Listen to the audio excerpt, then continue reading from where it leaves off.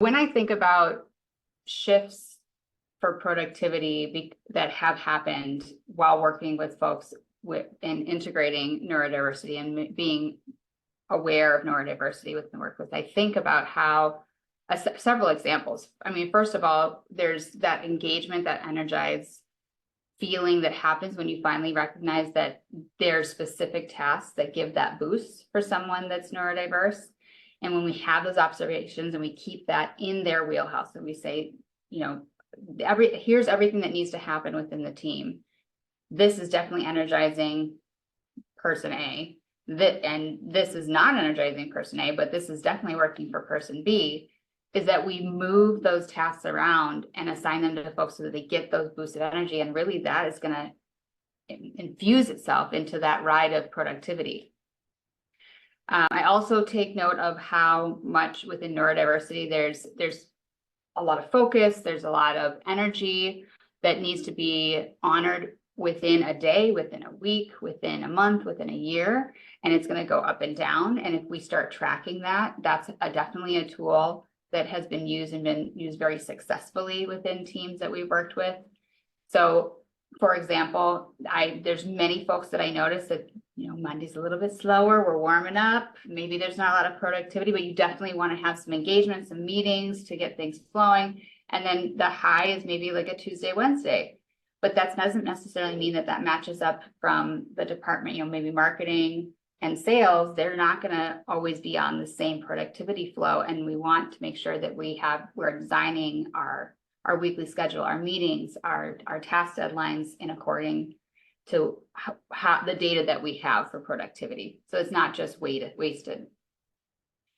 I also think about how we are collecting data from other folks. So when you're taking employee assessments and you're taking in observations, not only self-observation, but observations of others, and then you're sharing that information, it's really important to discuss it and not just kind of go, oh, well, that was cool, but act on it and have someone identify, whether that's our team or maybe the champion that you selected within your team to take this out, but follow through with that application and then have some accountability partnership.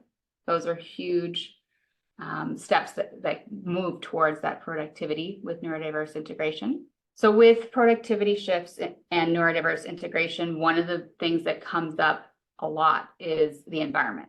So when we are doing interventions for productivity, for managing executive function, what we want to look at first is the environment. So we have kind of three different main categories we look at as environment, educative, and then either consequence or reward. And really the proactive ones are the ones within environment and education. And within our environment, you're looking at, is it supportive of our productivity, of our neurodiverse population within our community to have an open workspace? Or do we need to manage the visual stimulus or the auditory stimulus? Is all the movement of people walking back and forth distracting? Is it something that energizes or takes away the energy, because we want to make sure that the energy that person comes into the office or to the workspace that day, that it's going towards producing and the actual work that they're there to do, not managing how their nervous system is navigating the environment. And so looking at that is probably the number one thing that I suggest right away is it helpful to be by the window?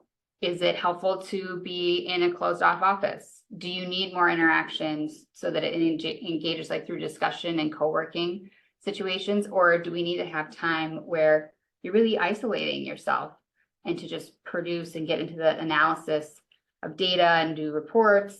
So another shift that I've seen is the shift to blocking off work burst times for solo work and then for co-working.